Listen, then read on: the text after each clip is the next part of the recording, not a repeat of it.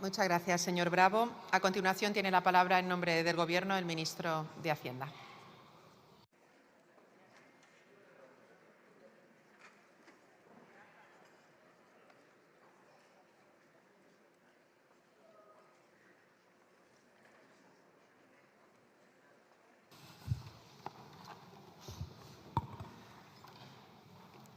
Presidenta, muchas gracias, señoría, señor Bravo.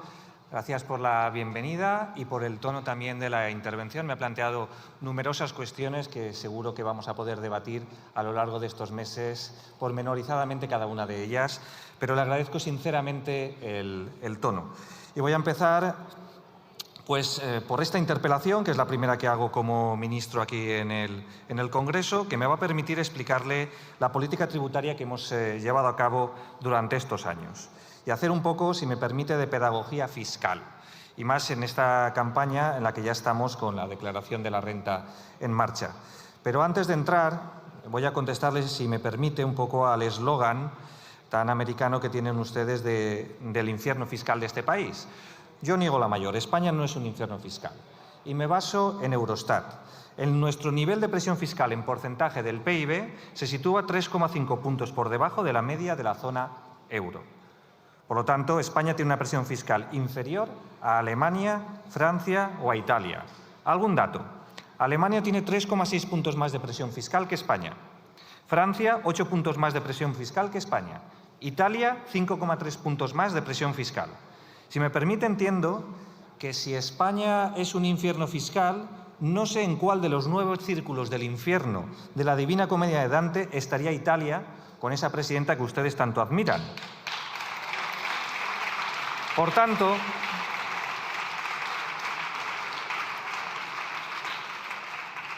tanto, me resulta un tanto incomprensible hablar así de un país cuyos ingresos tributarios en relación al tamaño de su economía está muy por debajo de las 3 principales economías de la zona euro. Pero resulta más llamativo que el principal partido de la oposición, que aspira a gobernar este país, haya sucumbido a demonizar los impuestos. Me sorprende, de verdad, porque podremos estar en desacuerdo con un modelo de política fiscal. Es tradición en los países europeos pues que las fuerzas progresistas apostemos por un modelo más progresista, más progresivo en cuanto al sistema tributario, y ustedes por una bajada generalizada de impuestos, creyendo así que podría eso aumentar la inversión o la recaudación. Los modelos clásicos de la socialdemocracia y los conservadores en nuestro continente. Pero no están ahí. Permítanme recordarles también dónde llevó a algún partido, como el Partido Conservador inglés, con la primera ministra Liz Truss, cuando asumió la demonización absoluta de los impuestos. Pues les llegó a una crisis financiera y a la dimisión de ella como primera ministra. No llevemos al límite determinados argumentos porque creo que no es bueno para nadie, tampoco es bueno para su partido. Esta es una postura económica con la que estamos en desacuerdo, pero podríamos entender ese debate y los ciudadanos agradecerían un debate entre unas posiciones conservadoras y unas posiciones progresistas. Pero estigmatizar los impuestos como si no sirvieran para nada, como si solo molestaran, corroe lo que significa el Estado social y democrático de derecho que marca nuestra Constitución. Por lo tanto, no puedo entender esa deslegitimación absoluta que hacen ustedes de los impuestos. Y ahora,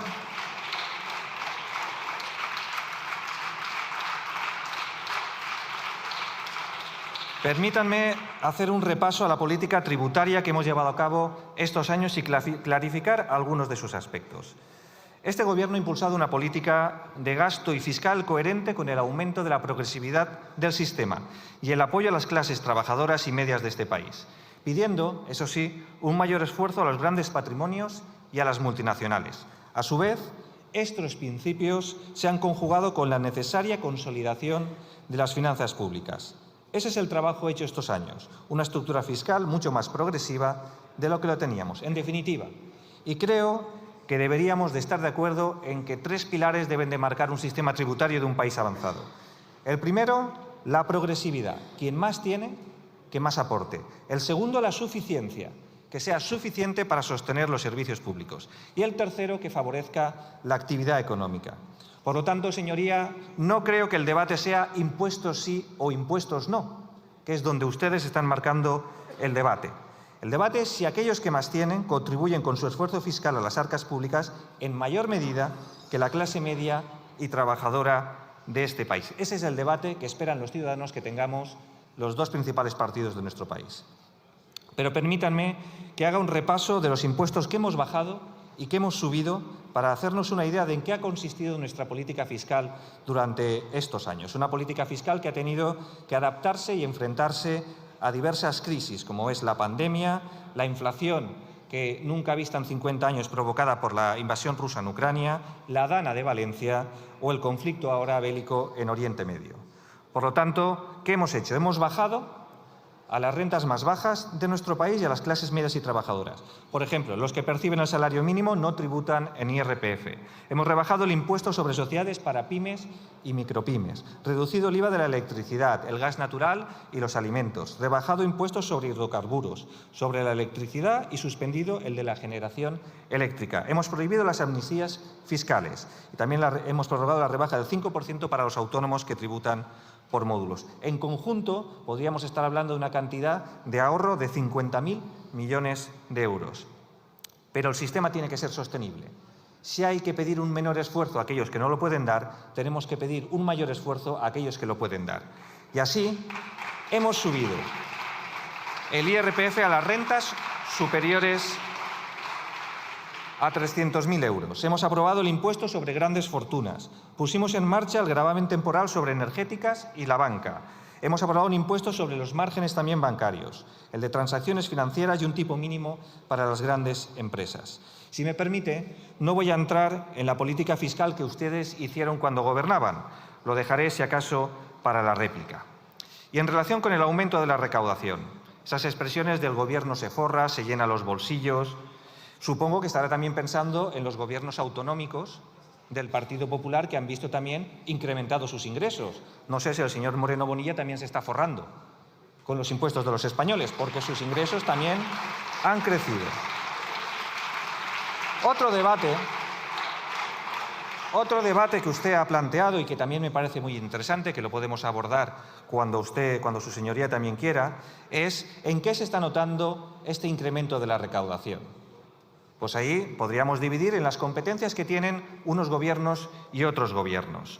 Por ejemplo, podríamos hablar de lo que ha hecho el Gobierno de España con la recaudación, en subida de becas, en subida de las pensiones, en subida del salario mínimo, en muchas subidas en la dependencia, en cultura, en sanidad, en muchísimas cosas. Pero también podríamos hablar de qué están haciendo las comunidades autónomas, determinadas comunidades autónomas que han tenido 300.000 millones de euros adicionales contando el mismo periodo con el periodo anterior de su gobierno, y ahí valorarlos. También es para ver en qué se están gastando estos ingresos extraordinarios y esta mejora en la recaudación las comunidades autónomas que ustedes gobiernan.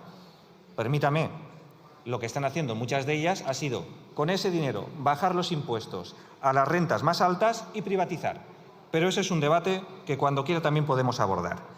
Y respecto a lo que decía,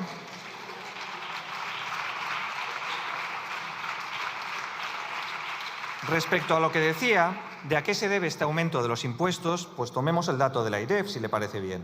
El 80% se debe a la creación de empleo y al buen comportamiento de los salarios y beneficios empresariales. Pero más allá de todo esto, si ustedes califican a este país como infierno fiscal, ¿cómo es posible que los resultados económicos sean tan buenos y tan positivos, como reconocen todos los medios internacionales de prestigio? Con esta política fiscal que ustedes califican de infierno, la economía española crece el doble que la zona euro.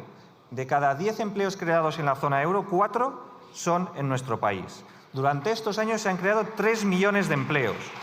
Tenemos un récord de 22 millones de afiliados a la Seguridad Social en términos desestacionalizados. Hay casi 10,5 millones de mujeres trabajando. Nunca había habido tantas en nuestro país trabajando. La tasa de paro es la más baja en 18 años, en el 10%, y la temporalidad también se situó bajo mínimos. La tasa de pobreza y de desigualdad marcan mínimos históricos. Tenemos, y hablando ya de las constantes vitales de lo que es el gobierno, de las finanzas del Gobierno de España, el menor déficit público en 18 años. y superávit primario. La deuda pública ha bajado 23 puntos. Estamos todavía en cifras elevadas, pero hemos bajado 23 puntos desde el pico que se tuvo que llegar en la pandemia con ese endeudamiento imprescindible en aquellos momentos. El endeudamiento de los hogares y de las empresas está en los mínimos de hace 25 años. Y la prima de riesgo en 50 puntos básicos. Mejor que Francia y Alemania. Recuerdo, julio del 2012, prima de riesgo 638 puntos básicos. Pero somos conscientes, y el Gobierno es consciente, de que queda mucho por hacer, de que quedan muchos retos que superar, de que todavía no hemos alcanzado todos los estándares en todos los ámbitos que nos gustaría como Gobierno y, sobre todo, como país. Quedan retos de seguir rebajando el desempleo, la pobreza, de también el problema de la vivienda y de seguir subiendo pensiones y mejorando todavía muchos indicadores. Pero no me podrá negar que el camino emprendido, que lo realizado va en la dirección correcta. No parece que una economía que presenta estos resultados se pueda calificar como infierno. Es más, la política fiscal adoptada ha favorecido estos resultados. Muchas gracias.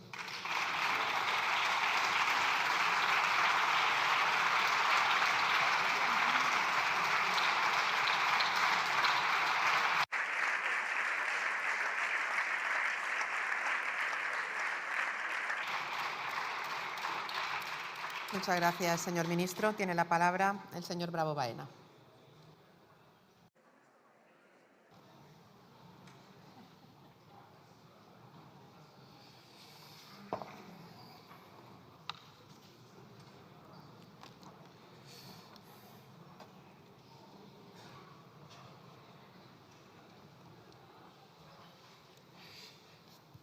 Muchas gracias, señor ministro. Yo también le agradezco el tono, intentar debatir desde la diferencia, pero ha comprado mucho el argumentario que había antes, ¿eh? Hay poca aportación. La primera conclusión que nos llevamos es que usted está de acuerdo en que van a seguir subiendo los impuestos. Un problema para los españoles, ¿eh? Un problema para los españoles. Usted nos habla, ministro, y usted sabe de esto, de presión fiscal. Yo le hago probemos a hablar de esfuerzo fiscal. Porque claro, a compararme con Alemania, cuando tienen los sueldos más altos, de 36.000 a 56.000, hombre, solo faltaba. Cuando hay más desempleo en España que en Alemania, hombre, solo faltaba. Y cuando hay más economía sumergida en España que en Alemania, hombre, oiga, ¿qué dice Eurostat? Que España ha subido la presión fiscal 2,1. Váyase a las memorias de la agencia tributaria y vea qué es lo que han hecho. Con lo cual, oiga, nosotros no estigmatizamos los impuestos, sino de que pagamos las cosas. Pero fíjese, usted me ha dicho, yo quiero un sistema que sea progresivo, suficiente y que facilite la actividad. Oiga, ¿y del gasto público? Eso no le importa, ¿no? Que ustedes gasten sin parar con 22 ministerios, 2.300 millones para intervenir en empresas, pérdidas millonarias en empresas públicas, eso que lo paguen los españoles, ¿verdad? Ustedes son torpes, ustedes contratan a los amigos, pero cuando las cosas van mal, lo pagan todos los españoles. Eso es la propuesta que hace usted. Hombre, tenga cuidado, que hubo una vez que a mí un señor me dijo que progresista, como usted lo ha utilizado, ese progreso, lo mismo que carterista, esa cartera. Ahí se lo dejo. Mire, cuando hablamos de los ingresos, ministro, usted tiene que explicarle al conjunto, ¿saben cuánta gente hay en España de los 23 millones que hacen la declaración de la renta que ganen más de 60.000 euros? El 5,1%. 1 millón. Con lo cual hay 22 millones que están por debajo de 60.000 euros.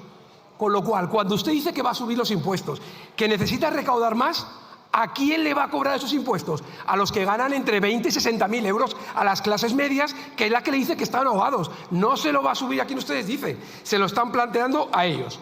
Oiga, nos habla también de las comunidades autónomas.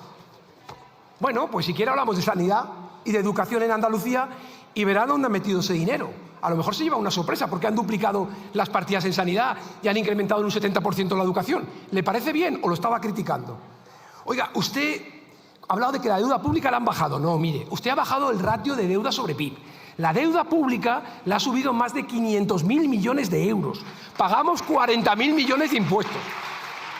Han subido más de un 42%. Hombre, subir las pensiones contra deuda, subir los salarios contra deuda, eso no tiene ningún mérito. Eso es un problema. Hipotecan el futuro de nuestros jóvenes, ¿vale? Dicho esto, yo pensaba que en usted encontraría un profundo aliado. ¿Le suena el decreto ley 14/2022? ¿Le suena? Es de la Comunidad Valenciana. Y fíjese, aquí aparece usted, aparece su nombre. ¿Sabe lo que es? La deflactación de la tarifa del IRPF en la Comunidad Valenciana. ¿Lo va a hacer? ¿Por qué lo critica si usted lo hizo? ¿Le parece normal que el mínimo personal y familiar lleve congelado desde el año 2015?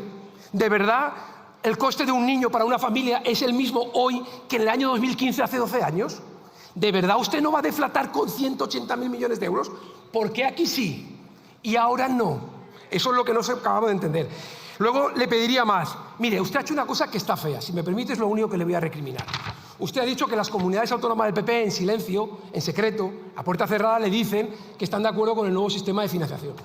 Yo lo único que he oído en público, a mí no me lo han contado, es las comunidades del Partido Socialista de Asturias y Castilla-La Mancha decir que no están de acuerdo con el sistema de financiación. Solo tienen de acuerdo a una comunidad autónoma, la que se beneficia. Entonces yo le hago una propuesta. Señor ministro. Ve que me estoy apoyando en lo que usted hace, que no le estoy planteando nada del PP, sino son cosas que usted hace. ¿Usted se acuerda de esta pregunta de la Generalitat Valenciana lo que dijo?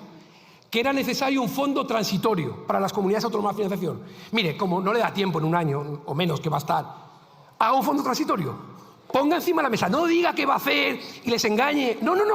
Llegue mañana y diga, aquí está el fondo transitorio para todas las comunidades autónomas. Es lo que usted proponía. No le pido nada que usted no haya hecho. Y por último, y voy finalizando. Mire, usted dice, ¿cómo ha tratado el gobierno? El gobierno de Sánchez les ha dado 300.000 millones de euros más. No es verdad. Usted ha dado el 50% de la recaudación. Y como los españoles han pagado 180.000 millones más, les toca más. Pero las comunidades autónomas, para compensar lo suyo, bajan los impuestos, cuadran los presupuestos que ustedes no son capaces y dan mejores servicios públicos en sanidad, en educación y en dependencia, que por cierto tampoco pagan. Y por último, para recordarle, cuando usted critica al gobierno anterior, y usted esto sabe porque me dicen en Valencia que usted se preocupa de estudiar y yo se lo agradezco, pregunte, oye, cuando llegó el gobierno de Rajoy, ¿qué pasó con la fiesta de Zapatero y las entregas a cuentas? ¿Se acuerda? Que se tuvieron que ampliar a 5 años por Zapatero. Cuando llegó Rajoy en el primer mes lo tuvo que ampliar a 10. Al año y 3 meses a 20. Y hoy todavía pagamos la fiesta de Zapatero en las comunidades autónomas. ¿Se acuerdan los que fueron alcaldes, que alguno habrá ahí, del pago a proveedores? ¿Se acuerdan alguno que tuviese oportunidad de tener responsabilidad de los ayuntamientos? Que los ayuntamientos y las comunidades no podían pagar las facturas. Más de 40.000 millones en el pago a proveedores.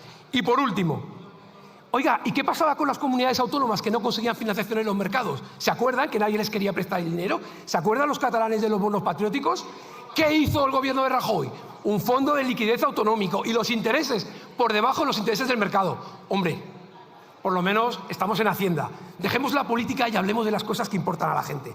Y no engañemos. Yo creo que eso es importante. No copie las mentiras de Sánchez, de Teresa Rivera, de María Jesús Montero. No lo haga, porque eso le va a restar credibilidad a usted y a mí y va a hacer que el debate al final no sirva para nada. Muchísimas gracias.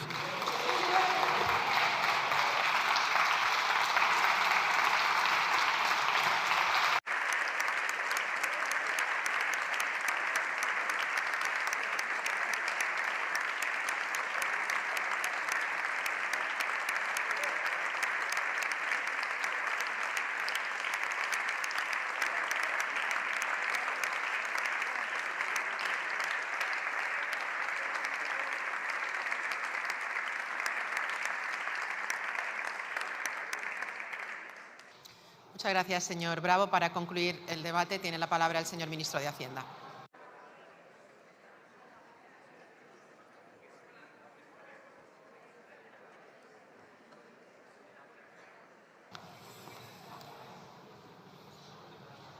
Muchas gracias.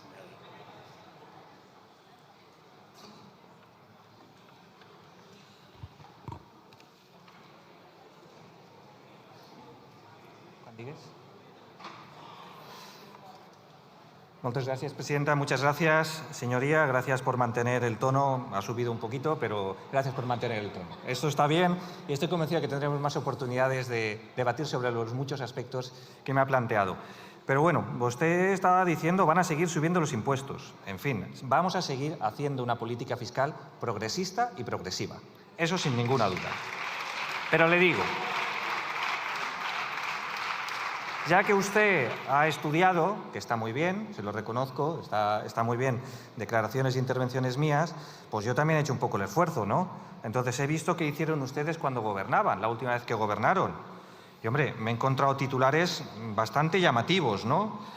El periódico El Mundo de diciembre del 2011. Decían, vulnera su promesa electoral con fuertes subidas del IRPF, del IBI, del impuesto sobre el ahorro para recaudar 6.275 millones de euros más.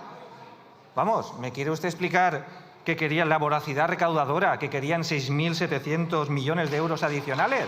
Ustedes, incumpliendo una promesa electoral. Hombre, todos sabemos lo que hicieron cuando gobernaron, no pasa nada, la historia está ahí.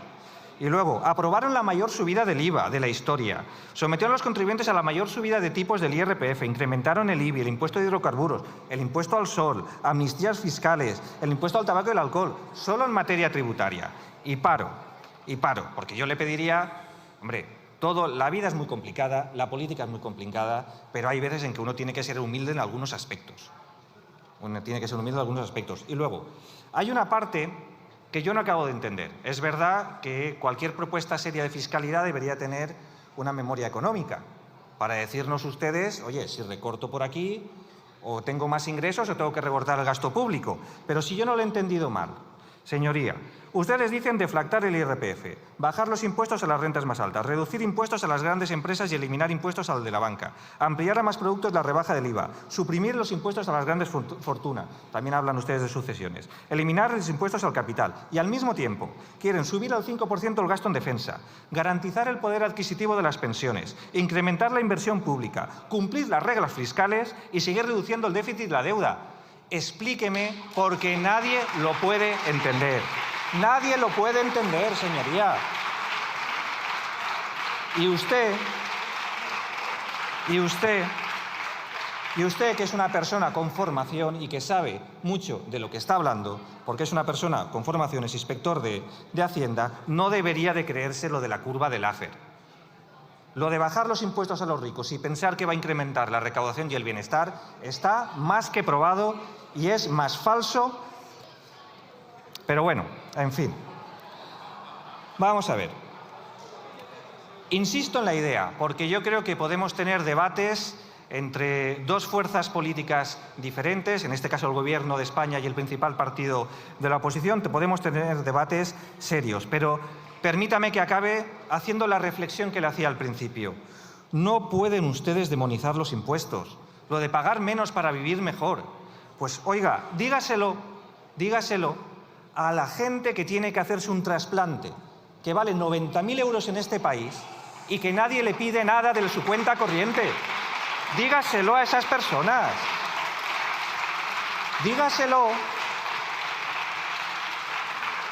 Dígaselo a las personas que necesitan un tratamiento o que pasan una noche en la UCI que vale unos 3.700 euros. A la Guardia Civil, a la Policía Nacional, a los carteros, a los enfermeros y a las enfermeras, a los maestros de escuela, a todos los que trabajan en el servicio público. Dígales que los impuestos no sirven para nada y luego dígales de dónde sale el dinero para pagarles.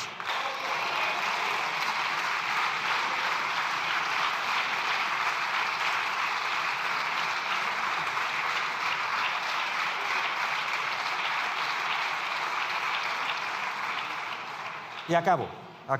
No vamos a caer en la autocomplacencia ni presumir de nada, solo de escribir hechos y trabajar duro, que es lo que tenemos que hacer, porque quedan muchos desafíos por resolver. Pero no deslegitime uno de los pilares de un Estado de Derecho, que son los impuestos. El acuerdo, señorías, no es signo de debilidad, sino de madurez y responsabilidad democrática. En todas mis actuaciones va a encontrar un tono constructivo para mejorar el debate público y avanzar juntos. Recuperemos esa cultura política del encuentro entre diferentes que es responsable, que es imprescindible para afrontar los retos comunes. Necesitamos más diálogo y acuerdo para seguir avanzando en este país. Muchas gracias.